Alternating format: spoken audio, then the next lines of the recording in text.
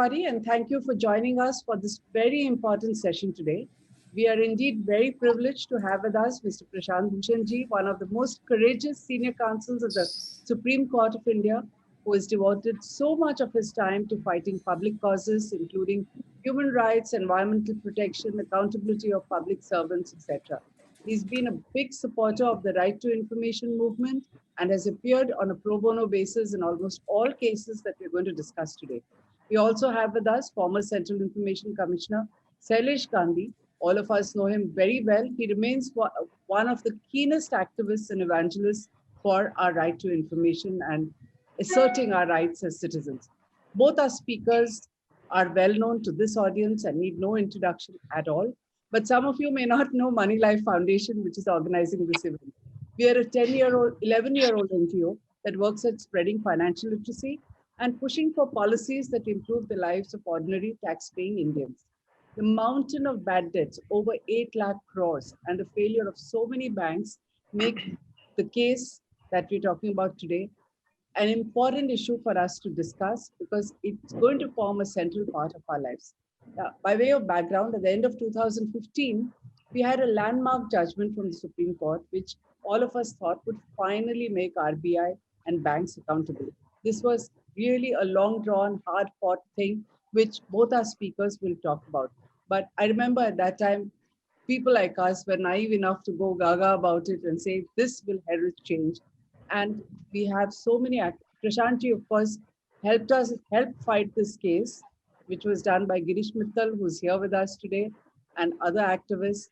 Girish Mittal himself, as well as Vivek Velankar, have taken this forward by filing RTI information to try and get the RBI to release inspection reports of banks. They've succeeded to some extent, and we have published it. Now, Girish Mittal managed to get the inspection reports of State Bank of India, HDFC, Axis Bank, and ICICI Bank, as well as two other failed banks, PMC Bank and City Cooperative Bank. We got these reports analyzed by experts who included Hemendra Hazari, R. Balakrishnan, Mr. Rajendra Ganatra, and Devashish Basu, who are all here with us today. We've also had Vivek Velankar, who did a wonderful job of exposing the truth behind loan write-offs. Now, this is something where even the former finance minister had trolled and ridiculed people who raised their eyebrows about loan write-offs, saying that there is nothing written off, we go after this. It's Vivek Velankar's effort, documented by our deputy editor Yogesh Sapkali, which showed that less than 5% in most cases is recovered.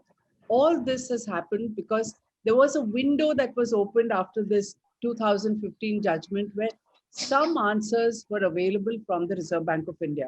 And as Girish Mittal would tell you, highly redacted inspection reports with all names cut off were given to us.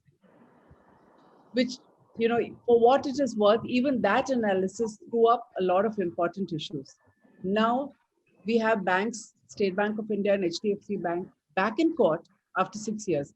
It's something that perplexes us, and I'm so glad that we have someone of the caliber of Mr. Prashant Bhushan explaining it to us. We used to be, we were led to believe that a Supreme Court order is almost like the law of the land, but it looks like nothing ever ends. So even after the Supreme Court order, you have to go back because people are not following it. You have to file contempt petitions. And then 6 years later, it's coming up all over again, where these banks say that, our clients will sue us if information is given out to the public. I mean, I think Mr. Bhushan would be able to explain what this is all about. We have excellent people on this among our audience today also who are going to participate in this discussion. So without much more ado, may I request Mr. Prashant Bhushan to please take over and tell us what this is all about. Thank you, Sucheta. Firstly, I want to compliment the Money Life Foundation for organizing this, not only organizing this, for relentlessly taking up issues of the accountability of financial institutions in this country. As many of you would know, the right to information was held by the Supreme Court to be a fundamental right, part of the right guaranteed under Article 19 as well as under Article 21. The Supreme Court in that Raj Narayan, and thereafter in S.P. Gupta, thereafter in the ADR case, PUCL cases, etc., and a whole string of cases held that in a democracy, the people are the sovereign and the public servants and public institutions only function uh, for their sake, for their benefit, at their behest.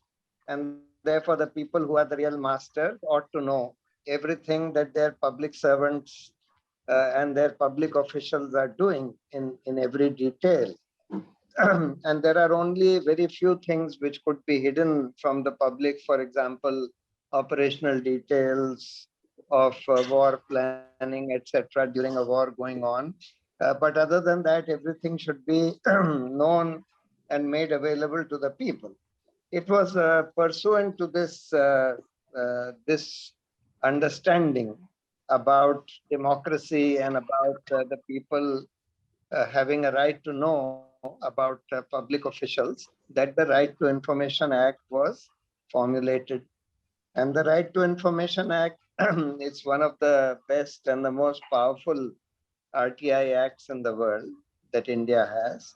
It was formulated after a great deal of discussion and debate. And there are, of course, certain exemptions which have been set out where public authorities can refuse to give information. They have all been set out in Section 8. And among them are two in particular which are relevant in the context of information relating to banks. One is uh, what the Reserve Bank had argued when the main case was heard and then decided. They had argued that this information from the banks, which is given to the Reserve Bank, is given to them in a fiduciary capacity, that is, in a capacity of trust. And since that is one of the exemptions available under the RTI Act, therefore it cannot be given on that ground. The other ground taken was that a lot of it could be private information of various clients or depositors in the bank, and therefore privacy, which is another exemption, will also prevent the disclosure of this kind of information. The Supreme Court in that judgment rejected both these grounds and held that they pointed out that there are a number of bank scams going on, that the banks are dealing with public money, that the Reserve Bank is a regulatory body and authority under the law. It has a right under the law to collect information and seek information and inspect various banks, etc.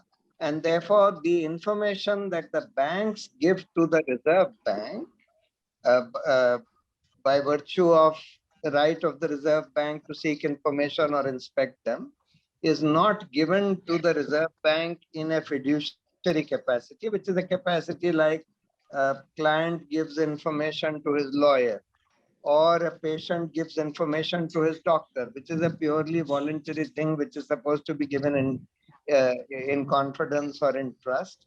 But that's not the capacity in which banks are furnishing information to the Reserve Bank. They have to do it. They have an obligation under the law by virtue of the regulatory powers of the Reserve Bank. And therefore, this argument was squarely rejected. Then there was this argument of privacy, etc., that it may contain some private information. Firstly, you see, information about bank defaulters. Now, if people have borrowed public money from the banks and thereafter defaulted about that, then information about their defaults, about the loans that they had taken, etc., cannot be said to be private information which can be exempted under the RTI Act, because the exemption for privacy says private information or personal information which has no connection with public activity or public interest. And there also there is a public interest override, which says that if the Information Commission feels that the public interest in disclosure outweighs the public interest of privacy, then the information can still be disclosed. So therefore, firstly, a large category of this personal information of defaulters, etc., there is a public interest override. It certainly has a connection with public interest and public activity, and there is a public interest override available also. So therefore, that information cannot be withheld. And then the court said that if there is some other information which is in these reports or this information that you are seeking from the Reserve Bank about these banks, which relate to purely personal information of clients, etc., it can always be excised. Now, as Sucheta pointed out, they are excising all kinds of information from the reports, which clearly is not personal information of individual clients, etc. They are excising all kinds of information. But yet, unfortunately, so what happened was that after this judgment, where they rejected all these arguments and directed the banks to disclose. Actually, the first order was made by the Information Commission when Mr. Shailesh Gandhi was there in the Information Commission, ordering the Reserve Bank to disclose all this information. There were 10 orders made. All of them went up in appeal to the Supreme Court. All of them were consolidated and heard together, and thereafter disposed of by common order, in which they upheld the order of the Information Commission.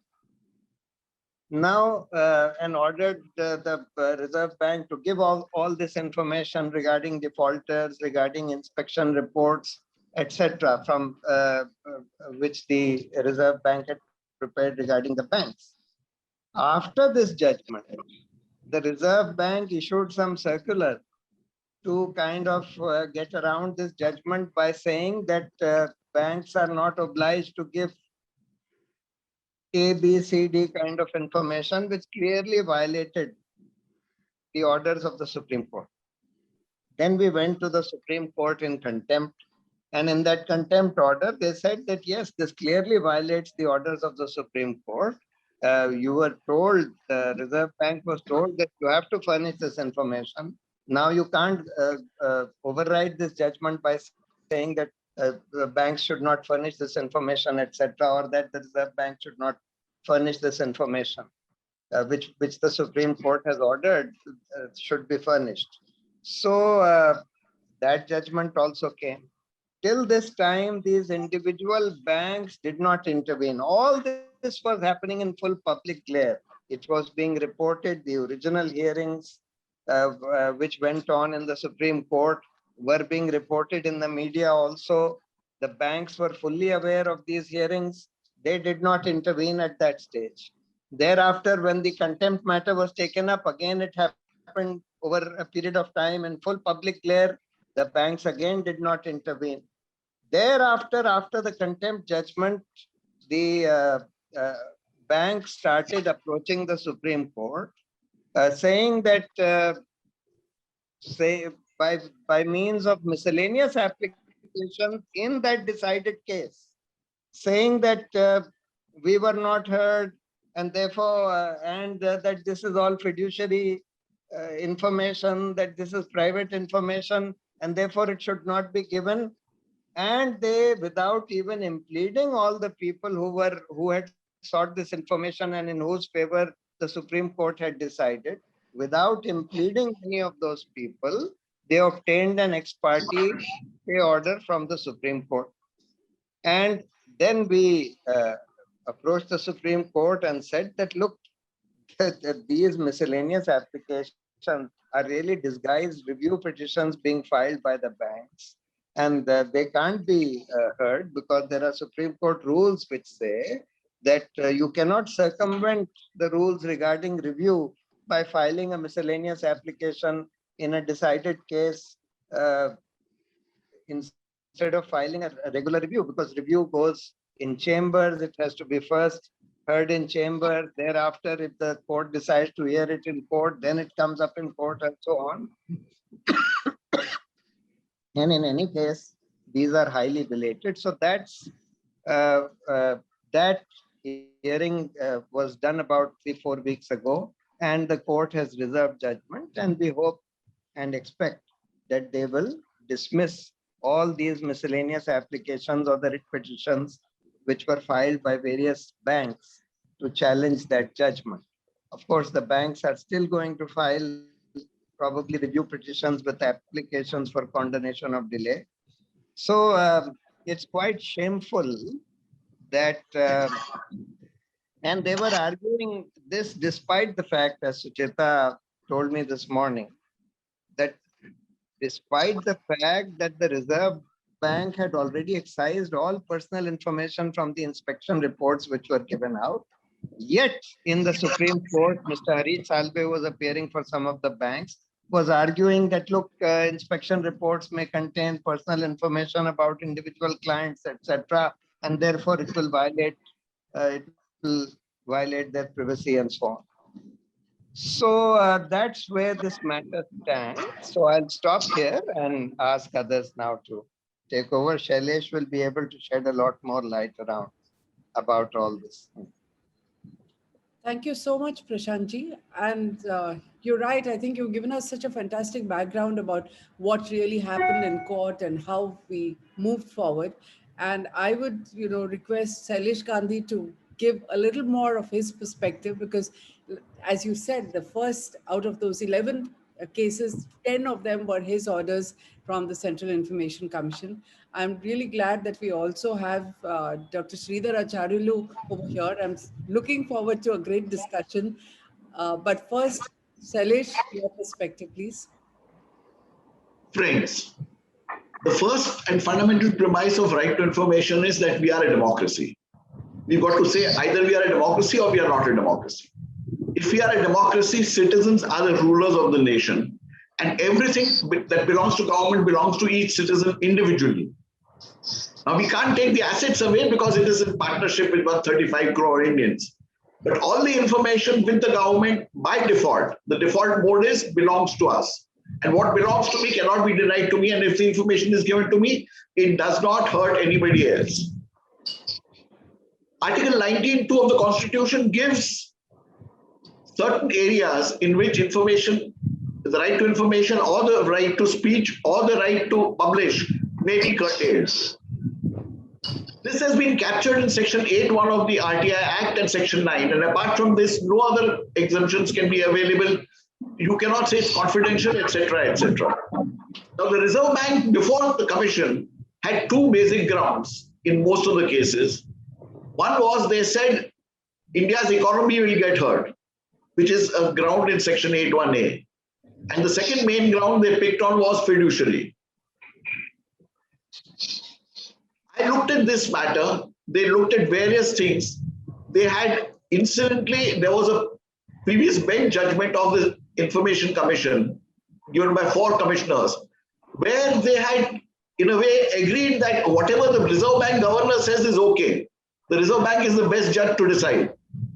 And I had argued in my order that in which case we don't need the Information Commission. Each department, each organization can say they are the best judge, in which case the Information Commission becomes redundant.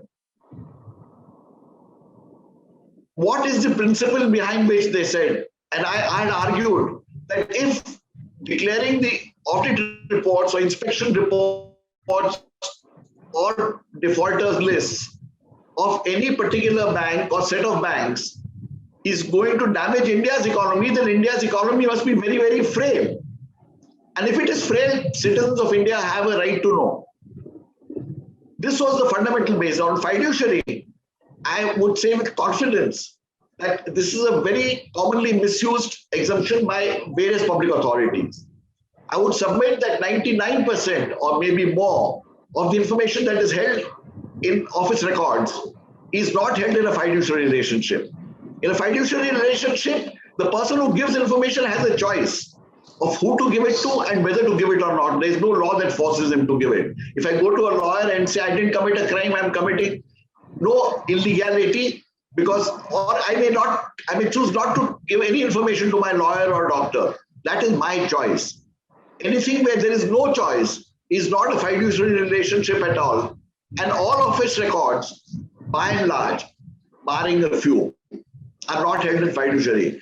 Some people, even Reserve Bank had argued before me that then why should this clause be there at all? Why should the fiduciary relationship exemption be there at all? If I have a personal account in Reserve Bank of India or my company account in, not Reserve Bank, sorry, in State Bank of India or Bank of India, and if a citizen seeks that, that information cannot be given because it's held in fiduciary relationship. If I go to a government hospital and my medical records are there, that cannot be given because that is held in a fiduciary relationship. But most records that are with government are given in discharge of a statutory duty. And information provided to the government authorities in statutory duties cannot be considered as being held in fiduciary relationship. That is completely flawed. Reserve Bank is not expected to act for the benefit of the banks. Reserve Bank is supposed to act as a regulator. And this is, to my mind, a fault and a flaw in our entire system of looking at regulators. If I broaden the scope, most of our regulators do not do their job.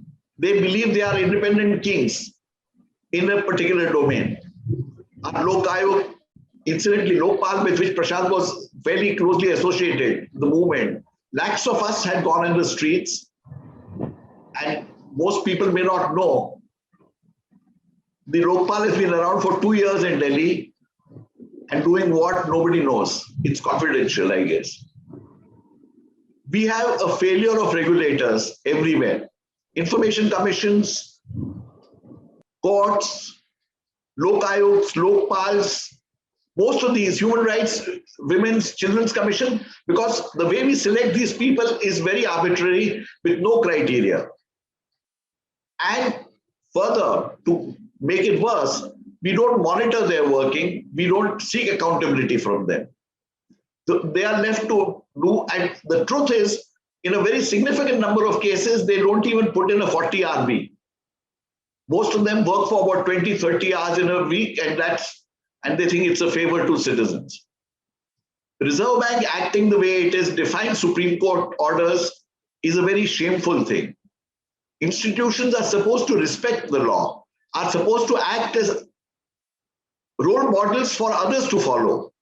In the right to information, I'm very sorry to say, by and large, the courts also have not acquitted themselves too well.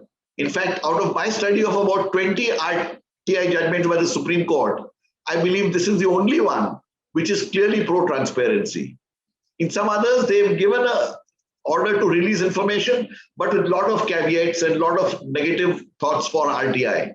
To give just one example, the Aditya Bandyopadhyay decision of the Supreme Court categorically states that RTI should not be allowed to damage the peace, harmony, and integrity of India.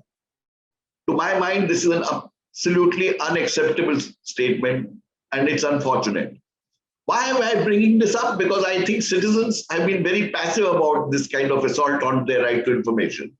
We need to develop public opinion. We have got one of the best acts in the world. And let me, just for the sake of recounting, read to you what are the information being sought in the 10 orders. Last RBI investigation and audit reports of all cooperative banks that have failed. Advisory notes issued to them. Names of defaulters, details of banks on whom penalties have been levied. Grading of banks, regulators. These are the information that was sought.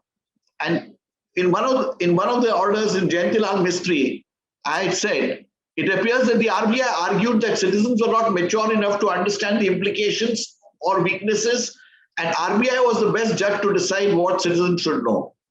Citizens who are considered mature enough to decide on who should govern them, who give legitimacy to the government, and frame the Constitution of India, must be given selective information about weaknesses exposed in inspection, and to ensure that they have faith in the banking sector. They must see the financial and banking sectors only to the extent that RBI wishes. If RBI makes mistakes or there is corruption, citizens should suffer. This appears to go against the basic tenets of democracy and transparency. Catena of Supreme Court judgments have held that information belongs to citizens and it is on par with right to publish and right to speech. Before I end, there's another thought that came to my mind today when I was thinking of today's meeting.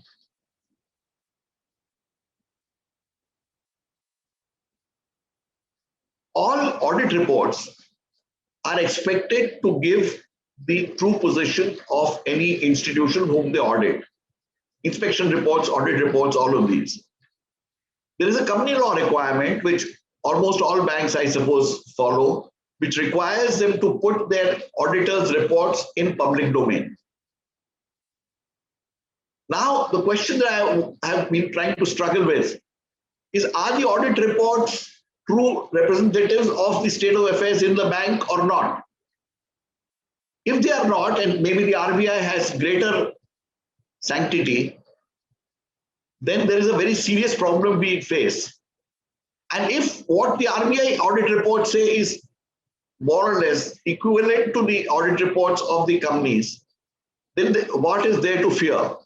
It is evident that they have the arrogance to believe that they need not supply information to the citizens of India. And I think this needs to be fought. Prashant has done a brilliant job of advocacy in the Supreme Court, but I think the Supreme Court thinking on RTI is not very positive on the whole, and this is unfortunate.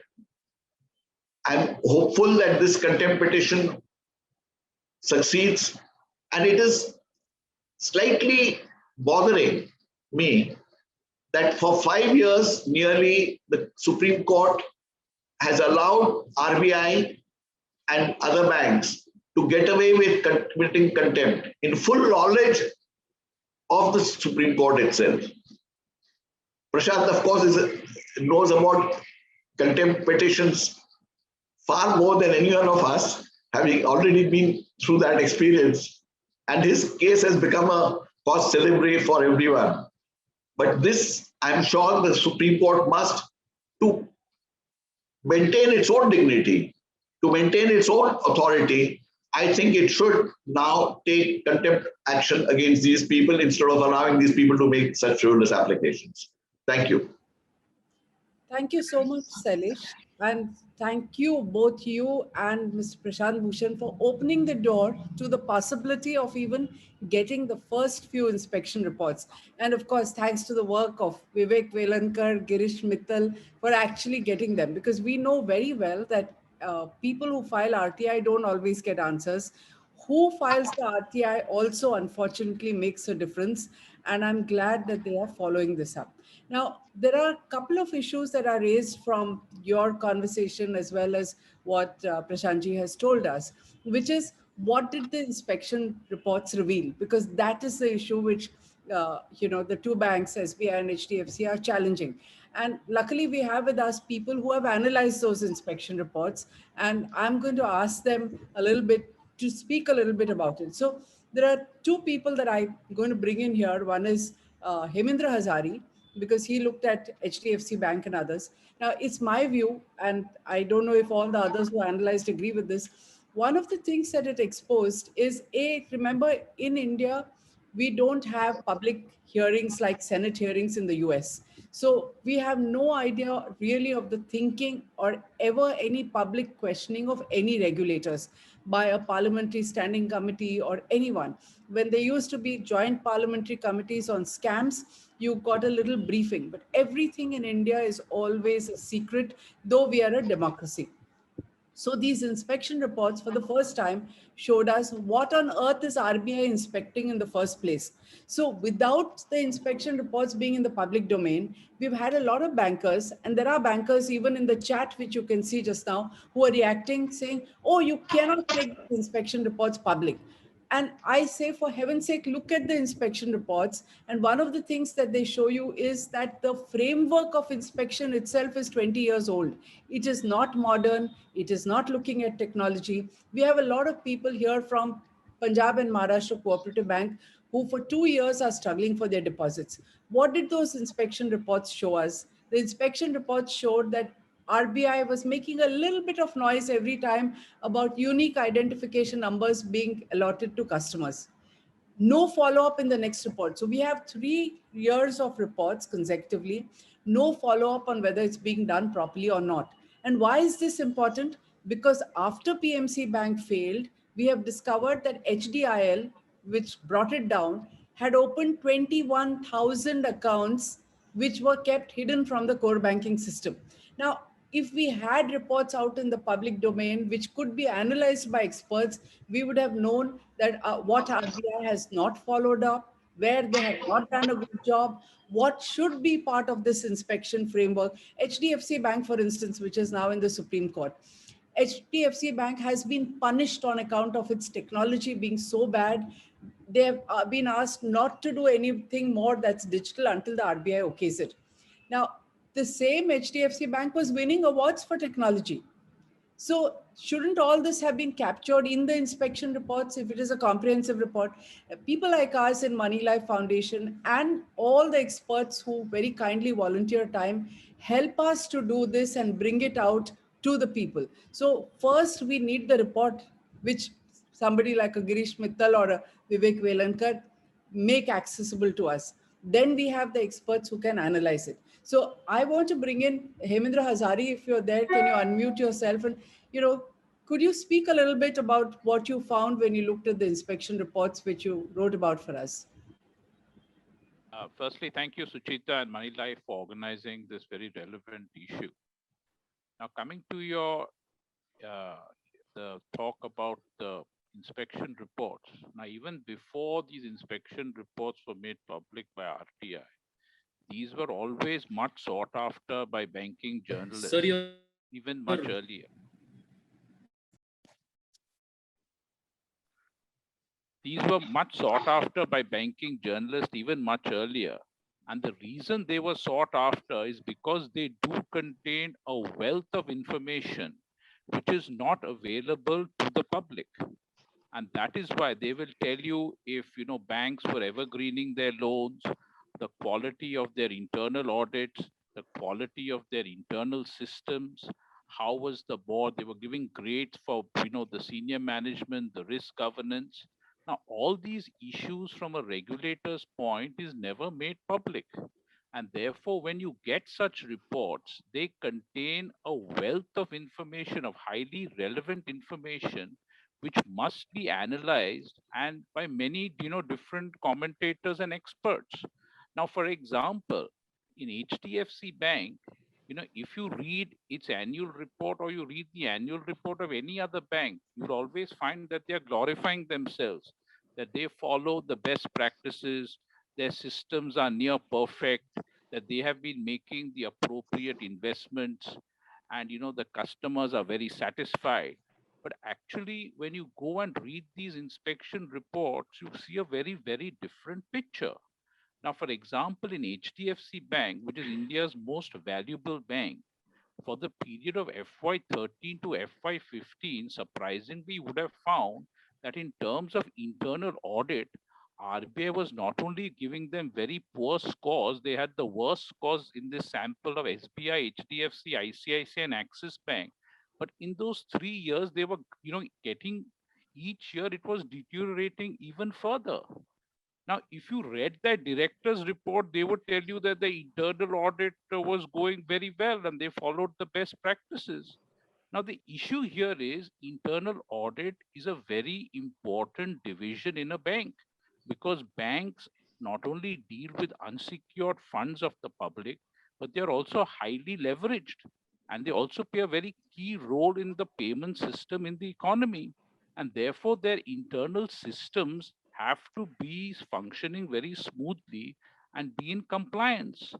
Now, when the regulator is pointing out that their internal audit is poor and it is deteriorating, one would expect that A, the senior management in the bank give it the importance it deserves, and two, the regulator follows it up. Now, sadly, what we saw in HDFC Bank's case is that the internal audit committee, which is again a powerful committee of the board, was chaired by the chairperson of the board. So the very fact that the internal audit committee is chaired by the chairperson of the board tells you the importance. But there again, it seems in these 3 years, no one was bothering to find out why this number is deteriorating. And the Reserve Bank of India was also not concerned why, despite their pointing it out, it constantly kept deteriorating. So these are some of the systems that you find when you read these reports. Now, another thing I would like to point out, the observation has been made how disappointing the verdicts now of the Supreme Court are. But I think we also have to see how are the experts looking at this information when it is made public.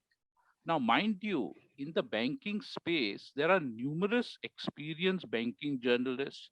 There are analysts like myself who are experienced, well trained, with a lot of experience in analyzing balance sheets. And there are about 50 of them who closely monitor these banks.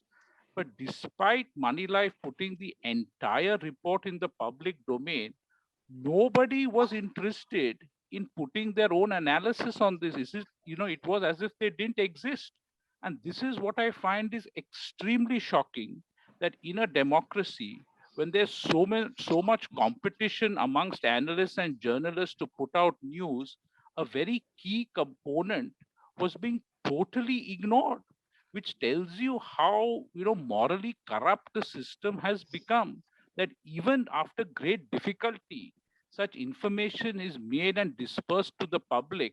The experts who are supposed to analyze it and give their verdict on it, they deliberately ignore all this news. And this is a very sad and truly pathetic state, that in a democracy, where you have so many people, supposedly experts are there, they refuse to look at this information. Now, another interesting thing is, you will find that even in Axis Bank, a key part in during this year was that their board of directors had very limited experience in commercial banking. And in fact, none of the executive directors, including the CEO, had ever worked in a bank, in a branch, prior to their coming as the executive directors. Now, when you read the RBI's inspection report on the board conduct, they were, they had totally ignored such a vital problem there. And they were, making some very, very petty remarks about some individuals on their board appointments. But the central issue, that they, the board lacked commercial banking expertise and that they had no branch exposure, was totally ignored. And finally, what was the problem in Axis Bank thereafter? They made huge corporate loans without analyzing or evaluating the risk, which resulted in big problems for the bank.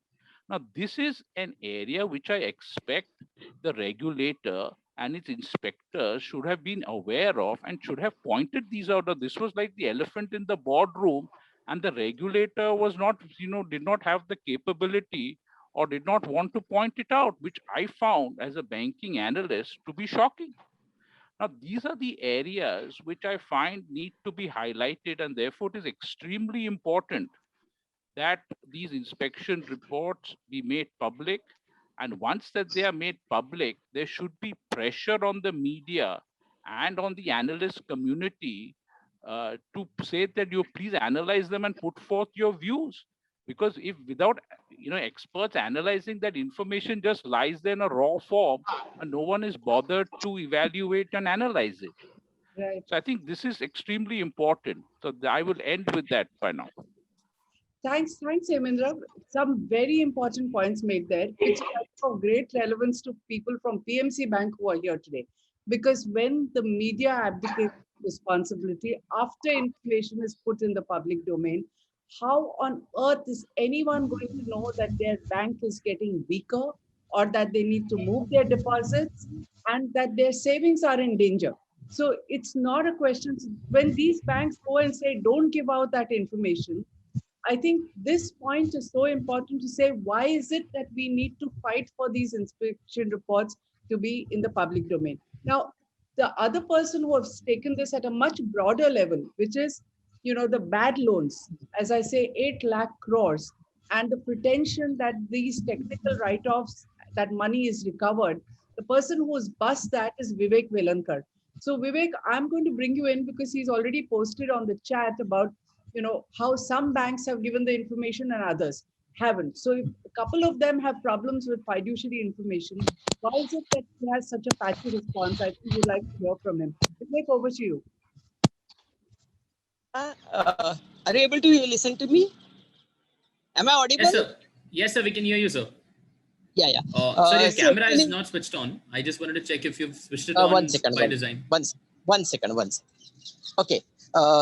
See, actually, I started this exercise just 6, 8 months ago, starting to get the information on return of loans and their recovery, especially of big accounts, 100 crores and above. The response was very poor from banks, especially started with SBI. SBI said that it's a big information, section 7(9) they used and threw me out. But I got same information from SBI only as a shareholder in AGM. And it was horrible because SBI very clearly said that 1,23,000 crores were written off of big people, 100 crores and above, and only 9,000 crores could be recovered in 8 years.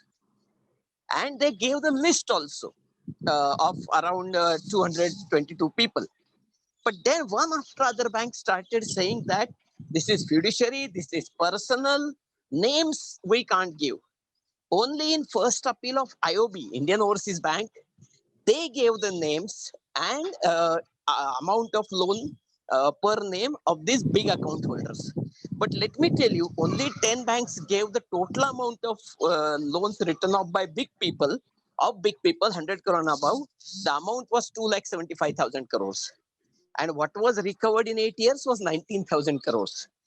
So it was just 7%. So it's very horrible thing.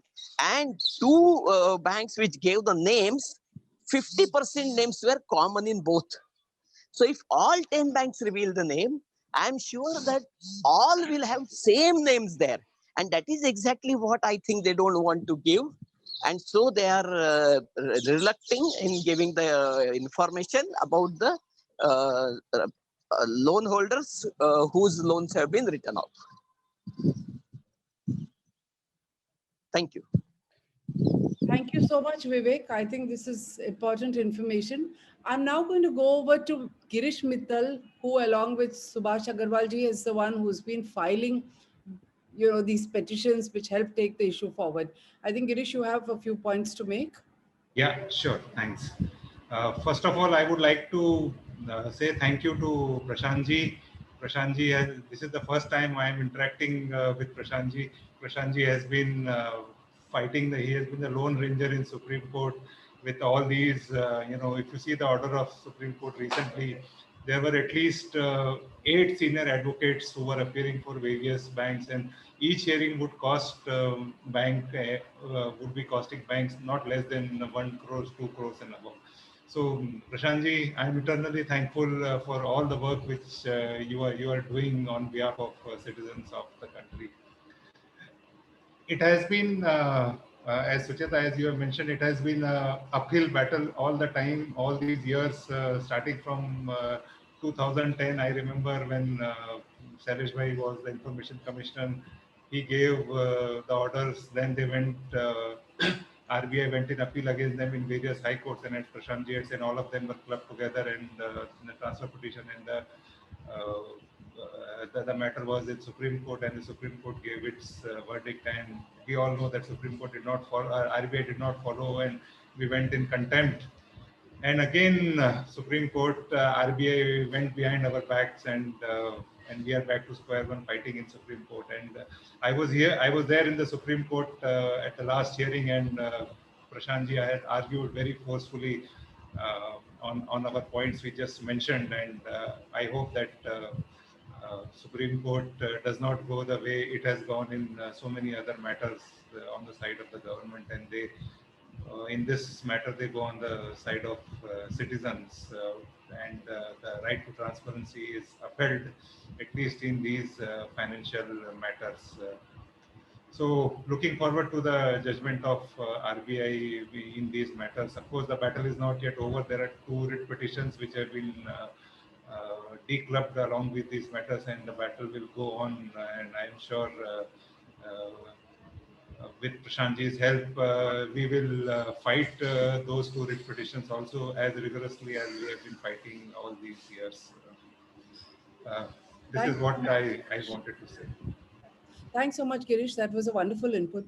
You know, one of the thoughts that I have is the big elephant in the room as far as the new review petition is concerned is that there is fiduciary information and our clients will sue us if we give it out.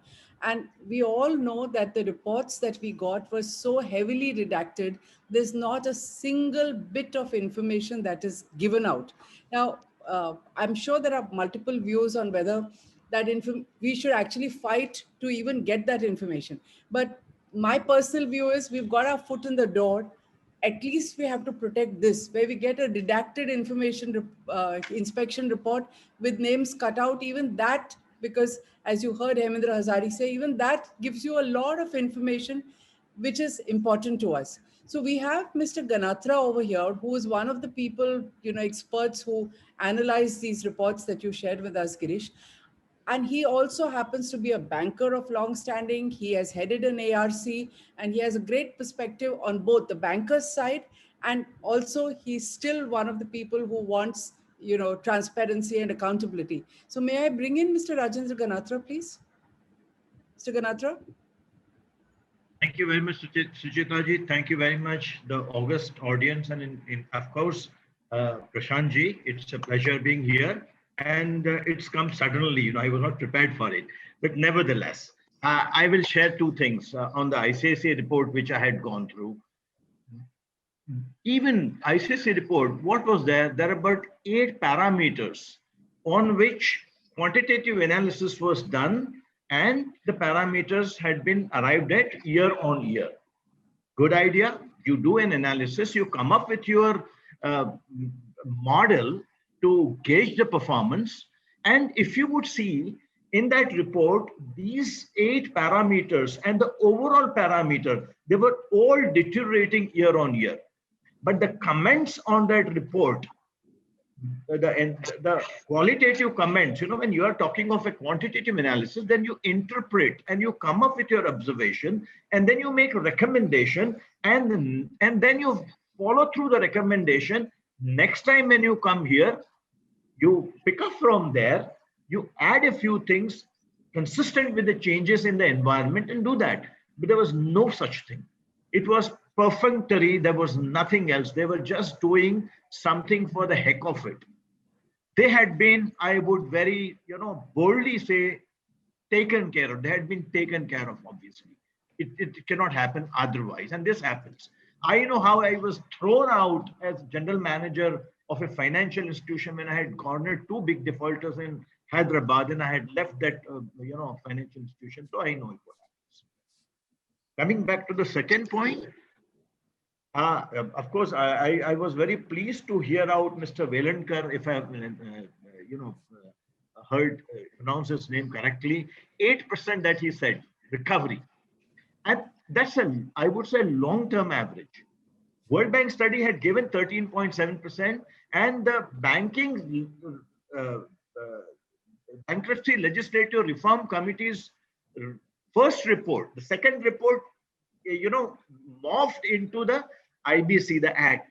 The first report had talked of 24.7% recovery, but that was a small sample.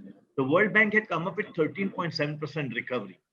The World Bank, the RBI website talks, it has uploaded information up to 2017 financial year. What's been the recovery? 9.8%. One could say that some more recovery would be coming, but it has been tapering down.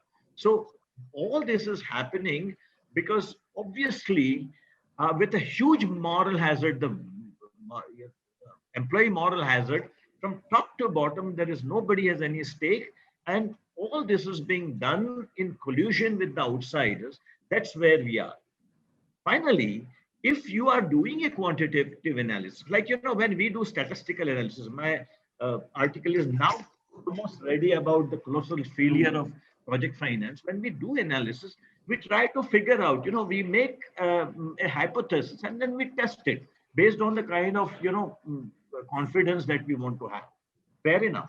But when you are gauging performance, if I'm going to look at return on capital employed vis-a-vis the operating cash flows and the operating margin, and then do a peer comparison, when I'm doing that, I'm very clear what it means. But if you look at the asset quality indicator of the RBI, it has been deteriorating from year on year, and it's close to 1 now, and 1 is the worst. But surprisingly, they never believed in their own analysis, which was throwing a pretty good result if you see with the hindsight. But they really didn't do anything about it. And we know that, post-retirement sinecures make sure that nobody takes any cudgel anywhere. The whole system is fixed. That's where we are. And if this is not done, we are going to have very tough time, because we are banking driven, like Western Europe, Europe in general, where it's bank driven. At least in the US, you have a capital market driven, with banks catering more for the retail and corporate banking. But here it's project finance and huge amount of corporate finance. We don't really have corporate bonds. They are very minuscule. So when we are depending so much on banks, and if the banks are being drained out like this, unless the RTA is successful and we get real-time information, and this extraordinary institutions like MoneyLife, they will come up, rip apart and present it to the public. And this is going to bring out the real reform. Otherwise, the May 2014 report, the Dr. PG&I committee report, which is gathering dust, will continue to gather dust when nothing will. That's all I had. Suchitaji, I hadn't framed my points in my mind. So whatever came to my mind, I said. Essentially, let me do whatever I can in this forum, and let's make a success of this mission. Thank you so much, Dr. Ganatra. You've always been very, very helpful to MoneyLife Foundation. We also have R. Balakrishnan, who's our columnist, who's headed CRISIL at one time, who's headed the research department of DSP Merrill Lynch, and he's done an analysis also of these inspection reports. Bala, would you come in and give your views? After that, there are a lot of questions that people have for the speakers. So I'm going to sort of then throw it open, but may I hear from Balakrishnan first? Bala? Yeah, hi Sucheta. Hi. Good evening to all of you. I think I've been slightly caught off guard by Sucheta in the sense that it was a last minute addition. Now, I have started my career. Can people hear me? Can you hear? Yes, Yes, sir. Yes, sir. We can hear you. Okay. So essentially what I went through was the 3 years of inspection report of this wonderful State Bank of India. Now, I looked at it from a very different perspective. The RBI's incompetence was shining across every page. Instead of focusing on what ought to be as a bank and as a credit system, they were just going through the existing system and making notes on it like a clerk would make, saying this is there, that is there. So it's basically, if you read the 3 reports, you see there are matters which keep coming again and again. So essentially, one, the bank CEO is not bothered with those reports, and the RBI never does any follow-up on the inspection report. This is something which struck me as a criminal negligence by a public servant like RBI, because they are auditors, guardians of public money.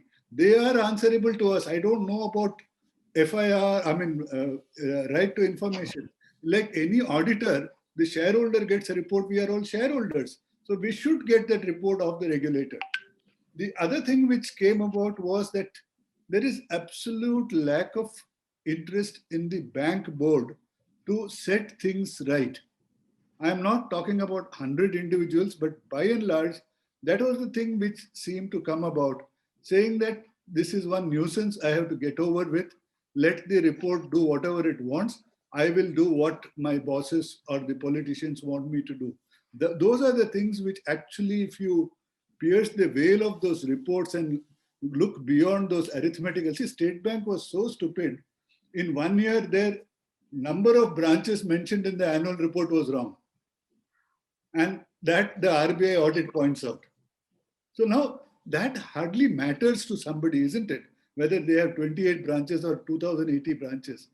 I think the uh, important thing was the RBI fails to mention that there is a proper credit mechanism in place and there is a proper follow-up. This also comes from the what I have interacted with Reserve Bank over years of since 70s, I should say.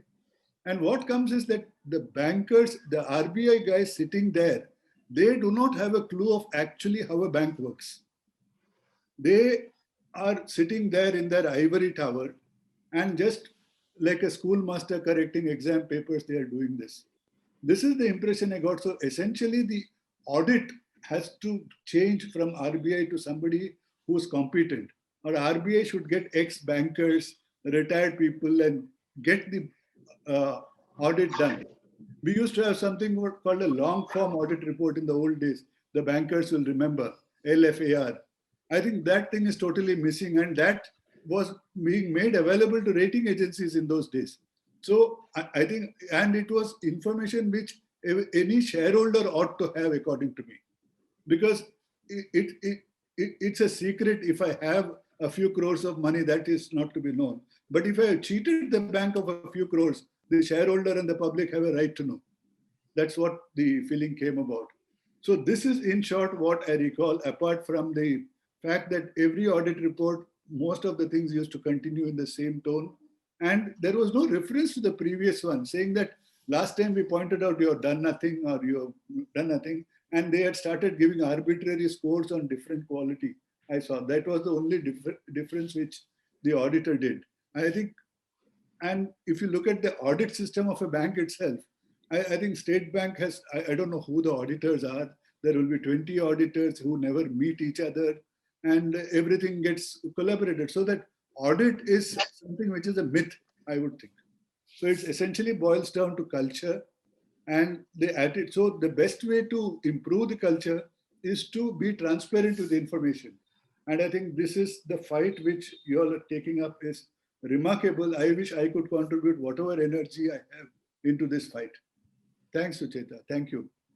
Thank you so much, Bala. I think what is very clear to the entire audience is that this case, which has gone back to the Supreme Court, is not so much about those banks as the RBI. So it's almost as though they are a proxy for the RBI, because we know very clearly it is not about information about particular companies that is being shared. That is not being shared. That is redacted. Okay. So if that is out of the way, what is it that the banks are complaining about? Frankly, the fact that their incompetence is being brought out and held to the public. We know even there that the kind of money power they have, the kind of advertising power they have, as Mr. Hemendra Hazari correctly pointed out, even after those inspection reports have been put on our website, analysts don't want to look at them and do their own analysis. I mean, all our experts wrote articles, but I'm sure there are other angles they could have found, they couldn't. So this is a proxy war on behalf of RBI that seems to be fought by banks. And it is a good thing that, you know, even RBI is being attacked and challenged by various people. It is RBI that needs to be questioned because its competence is being called into question. And each time people lose money, it's 2 years since PMC Bank depositors have lost their money. There is no action because there's no accountability. In ILFS, the Serious Frauds Investigation Office has asked RBI, what did you do? What did you do about following up inspection reports? So as you know, these 4 banks, ILFS, the same story over and over again. Inspections don't bring out the truth. Even if by mistake they point to a few things, the following year it's not followed up. The organization is not held accountable, and humongous losses are dumped on individuals, which never used to happen when we had mainly a public sector banking system where the exchequer paid.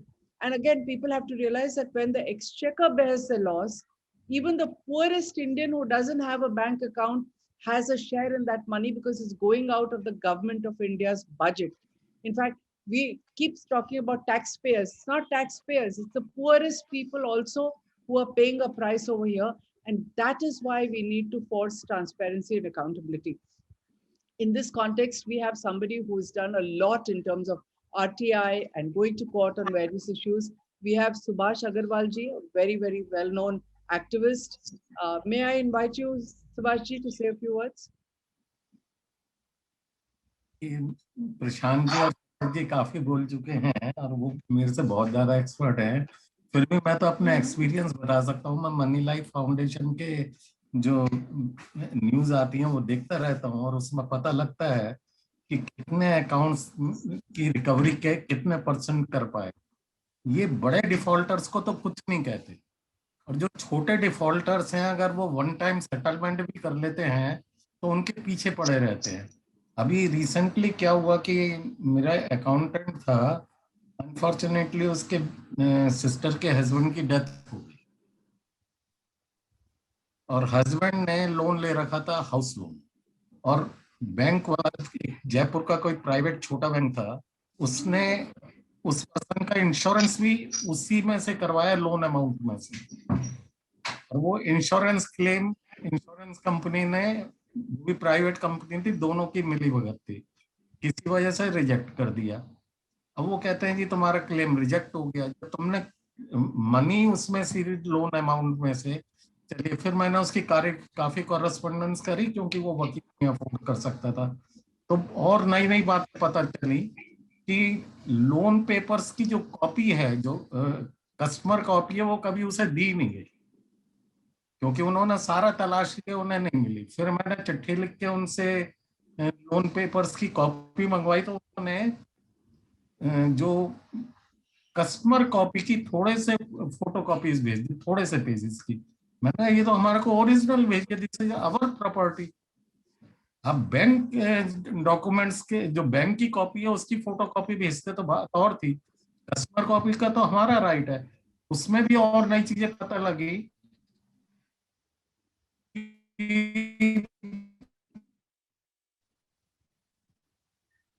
जो window थी उस किसी ने बनाया या उसके husband ने बनाया ये तो किसी को नहीं पता। नाउ ही, फिर उसे मैटर को मैं बहुत आगे तक किया, वो बोले जी अब तो फिर हमें अपने एम्प्लॉयज को खिलाफ कार्रवाई करनी पड़ेगी। फिर खैर मैं बहुत ज्यादा केस आगे चला गया तो फिर एक वकील को मैंने थोड़े बहुत पैसे में उसे करवाया, और मैटर इंश्योरेंस कंपनी और उसका बीच का चल रहा है। ऐसे छोटे लोन डिफॉल्टर्स जो हैं उन्हें वन टाइम सेटलमेंट करने के बाद भी उन्हें मेल भेज देंगे कि अब सारे लीगल और आर्बिट्रेशन केसेस विड्रॉ कर लेंगे, फिर उन्हें हेरस करते रहते हैं लीगल प्रोसीडिंग, आर्बिट्रेशन। अब वो छोटा लोन डिफॉल्टर जो है वो उसे बिना बात को वकीलों पे पैसे खर्चने पड़ते हैं।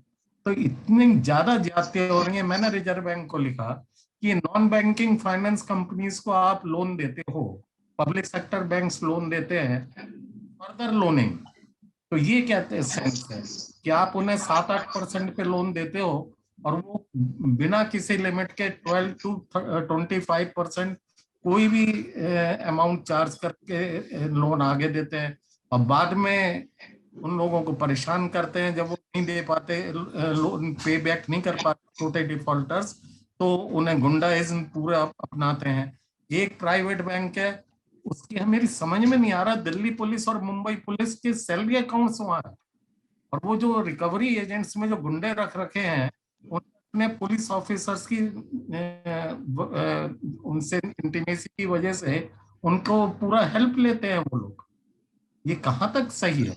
और ऐसे ही अब आगे गया पब्लिक सेक्टर बैंक्स पे, यहाँ की तो हालत ही खराब है, इसीलिए लोगों को जबरदस्ती प्राइवेट बैंक्स में जाना पड़ता है कि जहाँ पे हिडन चार्जेस बहुत हैं। जैसे मैंने अपने पहले सेशन में आपको बताया था कि आईसीआईसीआई बैंक में सस्पेंस अकाउंट में ही करोड़ों रुपए पड़े हुए थे कि अगर मेरे नाम की स्पेलिंग में अग्रवाल की स्पेलिंग डिफर करेगी तो बिना मेरे को नोटिस दिए उन्होंने चेक कैश करा के सस्पेंस अकाउंट में डाल दिया। वो तो भला हो आरटीआई और सत्यानंद जी मिश्रा उस समय इंचार्ज थे, उन्होंने आरबीआई से वो इंफॉर्मेशन दिलवाई कि no, as regulatory public authority आपको ये इंफॉर्मेशन आईसीआईसीआई बैंक से लेके पड़ेगी। तो वो 83 करोड़ दिल्ली का उन्हें रिवर्स करना पड़ा। अब पब्लिक सेक्टर बैंक्स में आ जाइए, यहाँ तो कोई सुनवाई नहीं है। अभी कॉर्पोरेशन बैंक यूनियन बैंक में मर्ज हुआ, अब उन्होंने, मेरा अकाउंट कॉर्पोरेशन बैंक में था, अब पहले एक आरटीजीएस कोड पलटा दिया, उन्होंने यूनियन बैंक का आरटीजीएस कोड दे दिया। मैंने सब अपने डीमैट अकाउंट्स में, सब एलआईसी पॉलिसीज में, RBI बॉन्ड्स में सब जगह पहले एक्सरसाइज करी RTGS कोड वगैरह पलटवाने की। अब वो कह रहे हैं जी आपकी ये वाली ब्रांच अब दूसरी ब्रांच में मर्ज हो गई है, आप फिर से सारी एक्सरसाइज करो। कोई सुनने को राजी नहीं है। अब पहले एक चीज अच्छी थी, एक पब्लिक ग्रीवेंस पोर्टल हुआ करता था pgportal.gov.in, उस पे ये लोग सजेशंस को एंटरटेन कर लिया करते थे और उससे बहुत रेमेडी हो जाया करती थी। अब उसमें आ गया जी आप सजेशंस एंटरटेन नहीं करेंगे, only grievance will be entertain. और राइट टू प्राइम मिनिस्टर में एक ऑप्शन है कि सजेशंस, और वो उसके ऊपर भी यही जवाब देते हैं दीज आर सजेशंस। तो सजेशंस को कोई सुनने वाला नहीं है जिससे कि रूट लेवल पर ही प्रॉब्लम सॉल्व हो जाए। अब पब्लिक ग्रीवेंस कितनी कर ले, मेरे पास तो बहुत लोग आते हैं, मैं किस किस की पब्लिक ग्रीवेंस डाल सकता हूँ। और पब्लिक ग्रीवेंस के लिए पूरा मेल आईडी और ये वो गरीब लोग होते हैं, उनका कहाँ से मेल आईडी होगा, कुछ नहीं होता उनके पास, और मैं अपने नाम से डाल नहीं सकता। तो इसलिए कोई ना पब्लिक सेक्टर ठीक काम कर रहा है, और प्राइवेट सेक्टर का तो खैर वो तो पहले आजादी से पहले एक ही ईस्ट इंडिया कंपनी होती थी, अब तो पता नहीं कितनी ईस्ट इंडिया कंपनी है। राइट, लेकिन ये इशू पे हमको डिस्कस करना है जो बैंक्स अभी सुप्रीम कोर्ट में चले गए हैं। अच्छा, बैंक सुप्रीम कोर्ट में जो चले गए हैं, इसका मैं बताऊं कि जिस दिन ये सुप्रीम कोर्ट ने ऑर्डर दिया था ये 10 पिटीशंस पे, उसके तुरंत बाद दिसंबर में ही, मेरे को पता नहीं ऑर्डर कौन से ईयर का था, दिसंबर में RBI ने अपनी वेबसाइट पे नई गाइडलाइंस डाल दी जिसमें सुप्रीम कोर्ट के ऑर्डर से नेगेट कर दिया था। करेक्ट सुभाष जी, तो प्रशांत जी ने इसके बारे में बात की है, तो can I move on to somebody else now? Sridhar Acharyulu ji भी है हमारे साथ। I want to get his views in. He is a former Central Information Commissioner, very outspoken, very bold, with wonderful orders. So Sridhar ji, would you like to say something on this issue? Arvind, will you unmute? Yeah, yes, ma'am, I've unmuted. I think sir has not said anything yet. He should be able to say right now. Sridhar, okay, sir, can you hear me? Okay, so until we get Sridhar ji online, I think Mr. Sukhpal Singh has a few questions. He's been using RTI to get a lot of information from banks to hold defaulters accountable. And he's been particularly looking at the Sandesra group of Gujarat, which has done something unique. They are absconding, the whole family, negotiating from abroad while they stay there, make a lot of money in Nigeria. Their oil business is thriving over there. Our banks don't want to recover it, and they are willing to accept a settlement which is 45% of the amount that is owed by them. So Supalji, would you, I think you said you had some questions to ask Prashantji. Would you like to unmute and talk? Good evening, ma'am. And thank you so much for giving that initial intro. I just shared RTI, which was a response, which was a very interesting response from RBI. I think the most elaborate kind of response, but there's been no follow-up on that. This was pertaining to a couple of CP Grams grievances which I had filed. Again, looking at this Sterling Biotech matter, and they were very interesting things. Be it the credit rating agencies. I mean, the data of defaulters is supposed to be given to 4 credit rating agencies. Now, what I found was that in the Sterling Biotech matter, it was listed, the Sandesras, the same company was listed under about 7 or 8 different names. Sterling as STER space LING was a different name. Sterling Biotech was a different name, etc., etc. And I can share that also subsequently. That's not a problem. But the main thing was that I said, if you're looking at it, even the credit rating agencies looking at it, it'll pick them up as 7 or 8 different entities, and that would kill the whole motive of the of collating the data of the defaulters. So to which RBI responded by a very interesting statement that it is the under some the onus of getting the incorrect credit information corrected by approaching the credit information company or specified user or credit institution is on the borrower or client. Now, why would a defaulter go and get his data corrected? So, and then there were a couple of other things, as I had specifically asked about the data mismanagement in terms of You said your various question banks. is Prashant Bhushan, right? Yes, ma'am. I'm just coming to that. So that was one part of it. Anyway, subsequently, and as you're aware, I intervened in the matter in the Supreme Court, and as an intervener, the application was the banks were asked to sort of respond to it, which they did not respond to, even despite there being this on record in the office order. So my question, sir, is, in this matters, in such matters where, the system sort of takes it on itself that, look, whatever it is, we are going to give them all the escape routes.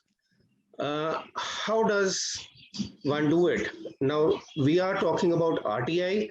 We are talking about, the loopholes being sort of plugged, and which definitely they will be left, because in this matter also the Solicitor General's office was the one which represented Andhra Bank in the end, and then the matter quietly got closed and it is back to the liquidation stage.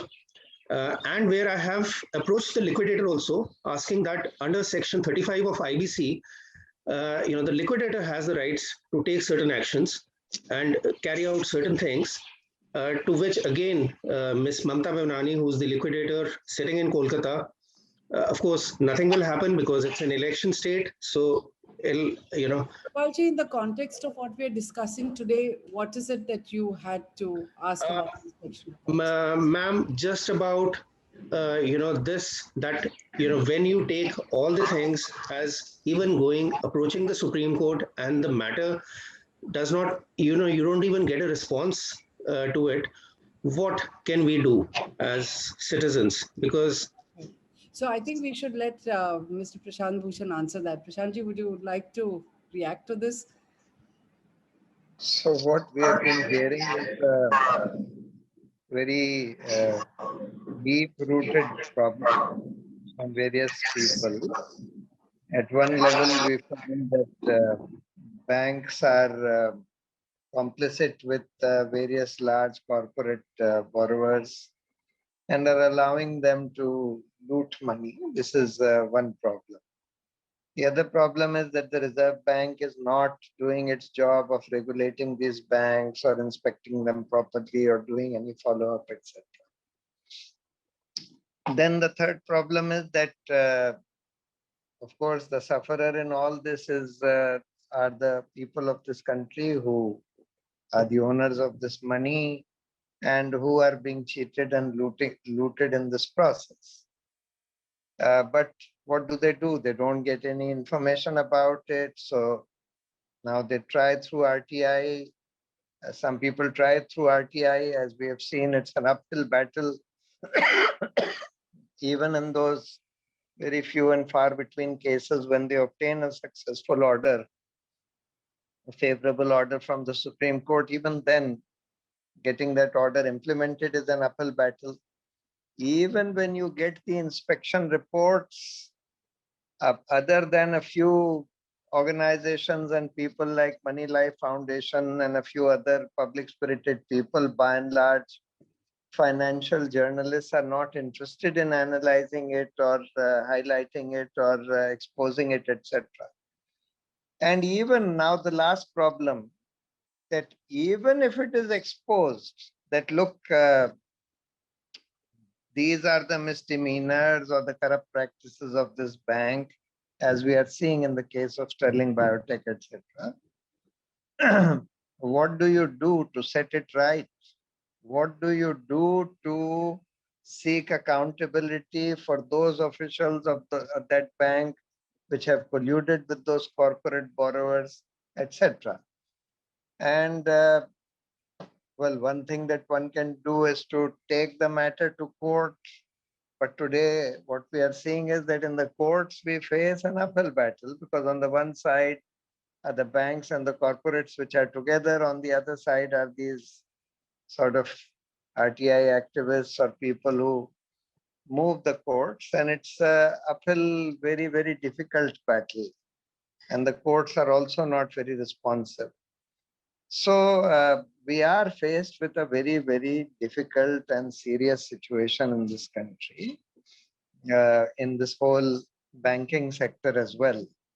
And unless we can get more people aroused, unless we can get some kind of a organized movement going around this sector of banking and uh, uh, Reserve Bank, banking, corporate borrowing, etc. I think what we need is to set up a group of really engaged and concerned individuals who take up these issues at various levels, including seeking information, taking the matter to court for seeking accountability, etc., raising public outcry about it.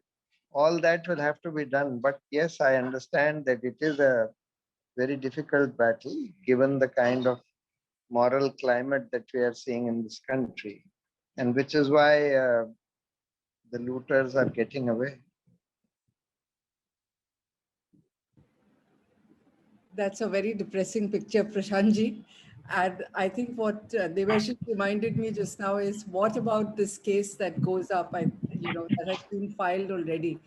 I think unless we have Subhash Agarwal ji and Girish Mittal and others coming forward, even if you want to fight it, you need litigants to take it up and challenge it. Is it something that we will be doing? Can we look forward to you taking this up? Yes, I am happy to take up any, not only RTI case, but any financial scam which comes out and which needs to be taken to court for investigation, accountability, etc. I'm happy to take up that case. But as I said, these days the response and the attitude of the courts, especially the Supreme Court, is also not very good. So it is a uphill battle there also. But I am happy to do that. We have to continue making our effort. Only then, as my professor at Princeton used to say, when the going looks bad, you have to hang in out there and keep chipping away, because you never know when the tide will turn. And if you give up, then of course everything is lost. So it's a difficult time for all of us in every sector, including the banking people like Sucheta, the Money Life Foundation, etc., who are concerned about the financial sector, who are highlighting the problems with it, who are seeking accountability. It's a difficult time, but we need to still continue doing our bit. We need to hang in there and chipping away and hope that eventually the tide will turn. Thank you so much, Prashantji. I want to bring in Mr. Sridhar Acharyalu, former Central Information Commissioner, on this. We couldn't get him last time. I think I'm audible now. Yes. I hope. Yeah. I changed to mobile phone Zoom application. It's a very, very serious issue, and I totally agree with Prashant Bhushanji. The fight before Supreme Court is just one part of it, but that's a very important part anyway. And people like Prashant Bhushan and others, activists, are really taking the battle to a level where it has to be taken. But what I see, the systemic deficiency I'm finding, as it was again pointed out by Prashant Bhushanji just now. We are not fighting for information only. We are fighting for exposing the corruption. That is the problem. So inspection reports is just one part. If it either reveals the inefficiency of the RBI as a regulator, or it will reveal the corrupt or irregularities of the concerned bank. These are the two factors which they are interested in hiding, and we are fighting it. We have to fight for it, and that fighting, I think, it has to continue. Just I would like to take a point raised by Subhash Chandra Agarwal about the small defaulters. Recently in Andhra Pradesh, one defaulters list was pasted in a village. A bank has pasted the list and photographs of defaulters, and one of them committed suicide. So here they don't talk about the privacy, don't talk about fiduciary, they don't talk about anything. Nobody asked for that information, but they themselves display it. So this is the selective case of giving information the banks are perpetuating. The RBI as a regulator has a duty, different kind of duty compared to other banks. And they are also striving for hiding the information. It's very unfortunate. I'd like to talk about audit system that is available at a higher level in central government, state governments as part of our constitutional mechanism. See, once the CAG gives a report, that will be taken to Public Accounts Committee and various other committees similarly constituted under parliamentary democracy systems. And they call each and every officer against whom the remarks were made in the audit report, and they question and they see to it that they get an assurance that such a irregularity will not be repeated. Though it is not a penal exercise, it has its own effect, and there is a possibility of correcting the mistakes if there are mistakes. And if it is really corruption, there is a possibility of questioning it and taking a necessary step to curb it. So this is missing, and when the public sector, the auditing itself is suffering, and we know how the morality culture that is prevailing around, what will happen to the auditing by these firms? So this is the serious problem we are facing. And one more doubt I have: how many times one should go to Supreme Court to establish a point? Fiduciary, even now in our chat, I saw today that they are talking about fiduciary, privacy of RBI, privacy of bank. That is the language we are trying to use and protect the information from being exposed. Privacy of RBI, privacy of bank, that's what we are talking about. When they see, we are not asking for Money Life also is not asking for every sundry information. They are only asking about the defaulters, irregularities, inspection report deficiencies, and they are supposed to be exposed and discussed. And why they are hiding that information? Why? How many times we should fight for the information? Subhash also pointed out, Subhash Chandra Agarwal also pointed out that after Supreme Court has conformably stated every point of the order of Shailesh Gandhi as constitutional and correct, they placed in their website that they are not interested in their policy. As a matter of policy, they will not be giving that information. And they quoted again the same Bankers Books Evidence Act, that act, this act, and all those secrecy provisions and fiduciary provisions there. When a similar case was before me, I asked PIO, what is the matter, sir? I'm not in a position to do anything. This is what Board of Governors decided. And this is when I pointed out website policy statement of disclosability, he said, yes, sir, it's an official statement. Then what is that I can do by punishing that person? That's why I asked RBI, the governor himself, to answer this question. When Supreme Court has decided, why are you saying that it's not disclosable? And what else it is if it is not contempt of? You are harassing people for commenting, for tweets. And Prashant Bhushan, a powerful personality like Prashant Bhushan, has to pass through such an ordeal of trial of contempt of court. And this is real contempt of court. Why the Supreme Court is so, what can I say, so not active in taking up these contempt of court cases and punishing them? This is the real contempt of court. I wish this alone, this kind of non-obedience to Supreme Court orders alone remain as a contempt of court, and all other contempt of court provisions should go away from this country, from this constitutional mechanism. So how many times people have to say that you have to give this information, you have to give this information, and they simply use the same ground again to deny the information at a level of PIO. And this fellow has to travel up to CIC and then again to High Court and Supreme Court. So every time as an RTI information seeker is driven from PIO to Supreme Court, not only RBI, everybody is doing it, and RBI is extensively doing it. And when 2.75 lakh crore of people money is involved, what kind of a confidentiality, what kind of a privacy an organization can talk about? Why are we not interested in recovering this money? Why should people do not ask for it? So at the end, I would like to share the view of Prashant Bhushan, that we should hang on, we should fight, continue to fight. We should look for a good context, and then we should keep fighting. And I appreciate Sucheta and Money Life Foundation for doing this exercise. And such exercises have to be repeated in every state and everywhere these discussions should happen. Thank you very much for the opportunity. Thank you so much, Professor Acharyalu. In fact, Professor Acharyalu has raised a very, very interesting point, which unfortunately wasn't discussed earlier. And I think I want to bring Prashantji in on this, which is that the banks have gone back to court saying only one thing, which is our clients will sue us if that information is given out. He correctly points out any day that you take out, you look at the Times of India or Economic Times, you will see that they write the names of defaulters and the amount owed. They even take people with those drums sometimes to recover money from defaulters. They harass, humiliate them. All this is reserved only for small and medium company defaulters. And many of them are genuinely, businesses can go wrong sometimes without them being, deliberately defaulting on something.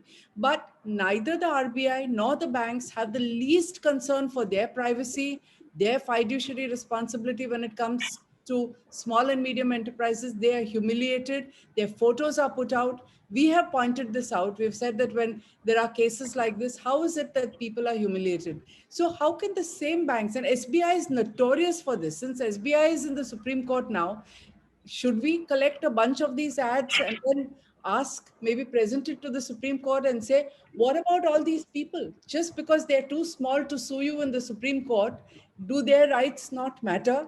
And how can you have a contrary stand? Would you like to comment on this, Prashantji? No, I think that's a very good point. We should we should file a short affidavit pointing out that this is what they are doing and this is complete hypocrisy. See, firstly, who has borrowed money and how much and whether they have defaulted or not. This information should be available publicly because it's public money that the bank is giving out. So there is no reason why this information should not be put out for everybody, in my view. There is a public interest override over, even if you regard this as personal information, that there is a public interest override. I don't think that the banks can be sued by their clients for having to give out information which they are obliged to give out under any law. If any law obliges them to give out some information about the clients, then the banks cannot be sued by their clients for that. So that's a bogus argument. But yes, we should point out this hypocrisy of the banks in giving out this kind of information, publishing this kind of information for small borrowers, but trying to protect the large corporate borrowers. Thank you, Prashantji. I'm now opening it up. Anyone who has a question, please use the raised hand button. We have CA Vijay Mungle who has his hand raised. Mr. Mungle, I hope you're going to remain on topic and we talk only about the issue that is core of this discussion today. Please go ahead. Mr. Mungle, you'll have to unmute. I've just given you the permission to unmute. Yeah. Can you hear me now? Yeah. Acha, my only question, I just, please correct me if I'm wrong. I just wanted to know, there is a court case going on about the PMC Bank and the Reserve Bank of India and Delhi High Court. I think, is it been fought by Mr. Prashant Bhushan ji in favor of RBI and against the PMC Bank?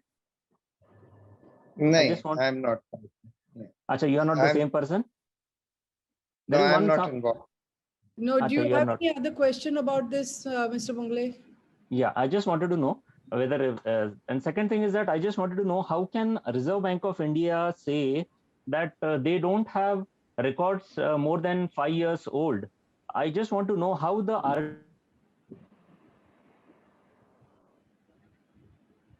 Mr. Mungle, you've gone on mute.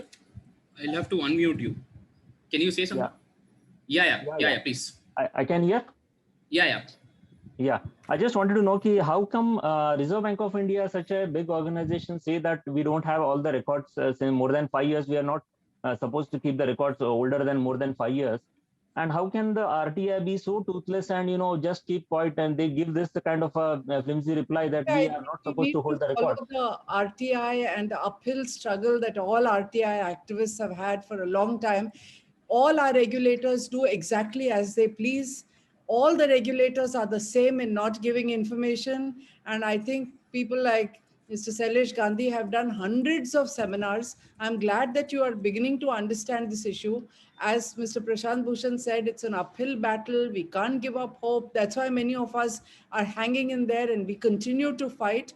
But there's no point in asking, why does the RBI do this or not do that? They just do it because they can get away with it. And there are not enough of us citizens who hold them accountable. And we are not holding our members of parliament accountable to question the regulators. This is true not just of RBI, it is true of SEBI, it is true of the insurance regulator, and it is true of how the country is being run. And not only now under this government, but even under the previous government. So I think we need to become active citizens on this. I think we're going to move on to Mr. Lokesh Batra. He again is an activist who has done tremendous work and has held the Prime Minister's office accountable all the time. Commodore Batra has a question. Would you like to speak? Yeah. Am I audible? Yes, sir.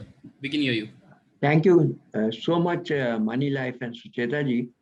And just heard eminent panelist and Prashant ji. I just want to share one information that we are talking of opacity in the RBI has grown to that level that they have removed the directive which is supposed to be as part of Section 4. The directive they have, there's no phone number, there's no email ID. If that is the status we have reached and not enough, I received a response from RBI on one of my RTI where they've gone ahead and masked the names and the IDs of their own officers. What do you say? DOPT OM says that when you are replying, you have to give your own name, number, designation. But they exchanged some mails with me, and I have those copies where they removed the name of their officer. You see, under 818, it's a privacy.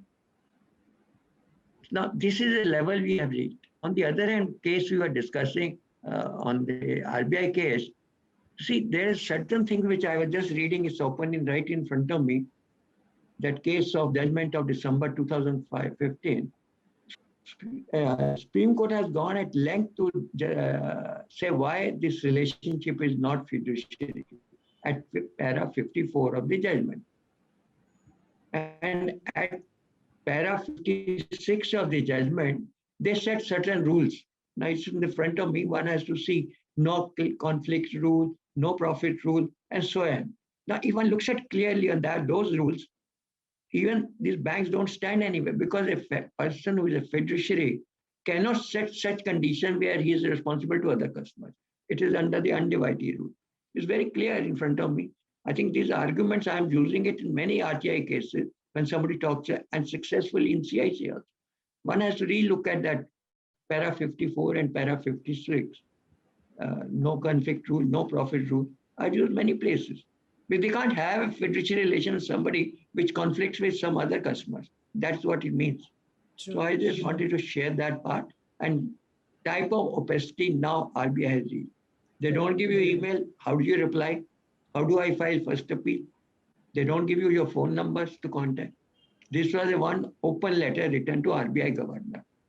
And I've suggested certain means that at bank branches, when I'm seeking or anyone seeking document concerned IT filing, like Form 1616A, these branches should be able to send me password protected files, like whether my 16A or something.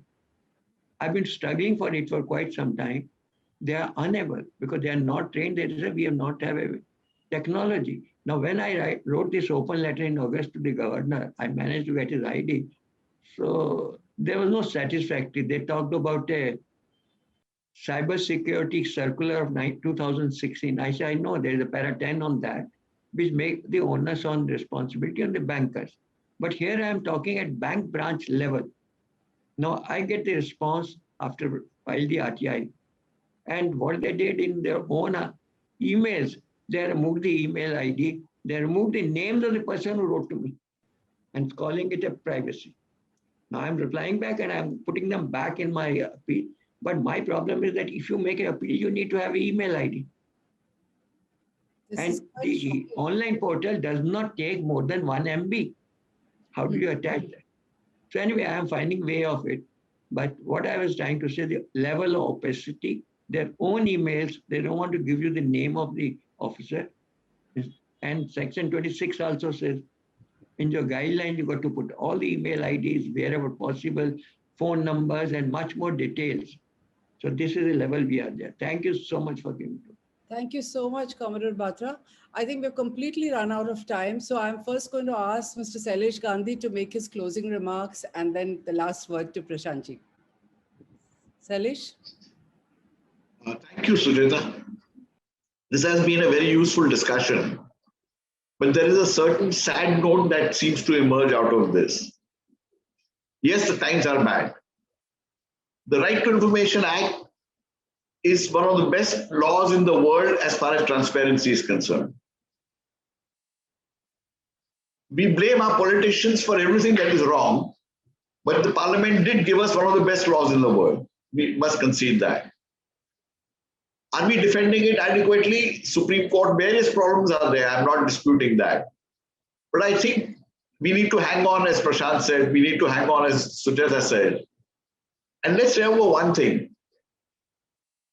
75, 80 years back, we managed to throw out a foreign government who was ruling us. Today, this is our own government. And if we probably persevere, we should be able to make it change, because this ultimately is a voting democracy, an electoral democracy, at which people will have to listen to us. That's all I want to say. Thank you. Much, Sailesh. And really, thank you so much for this very enlightening discussion we have today. If I don't have time to thank everybody who participated in it, I have learned a lot from this discussion today, which I didn't know. So may I request Prashantji for the last word on today's session? You're on mute. Sir, you're on mute. You'll have to unmute, sir. Yeah. I just wanted to change the tone of what I had said, which sounded quite depressing. We do live in bad times, but we also, there are several silver linings in this darkness that we see. And the silver linings are that despite all this, despite the collapse of institutions, including the courts, etc., there are still a very substantial number of people, people in the media, activists in general, RTI activists, and some lawyers also, who are standing up and who are keeping the flag flying, even in these difficult times. So therefore, all is certainly not lost, and we can hope to recover and reclaim our republic if we just stay afloat, and if we just keep chipping away. Then the time will come when the tide will turn, and we will be able to reclaim our republic. Thank you so much, Prashantji. We all draw a lot of inspiration from you and from your courage, especially with the contempt petition and other things. We look up to it. We've had lots of fighters here today who have all been very inspiring. And I'm hoping that, all the people who attended are inspired to file the RTI, make sure this act works for us. And as my colleague Arvind has pointed out, we have made it easy for you with an RTI app. So you can download it. If you write to foundation@moneylife.in, we will send you a link to the app in whatever language that you want to ask questions. You've seen so many of the experts here who are very generous with their time, who are willing to answer your queries. So please take advantage of it, because we have, as Sailesh Gandhi says, a fantastic act. It is up to us to ensure that act remains alive and that all challenges to the act are fought. If we don't do that, we fail as citizens of India. So on that note, thank you so much for this wonderful session today and all of you for participating in it. Thank you and good night.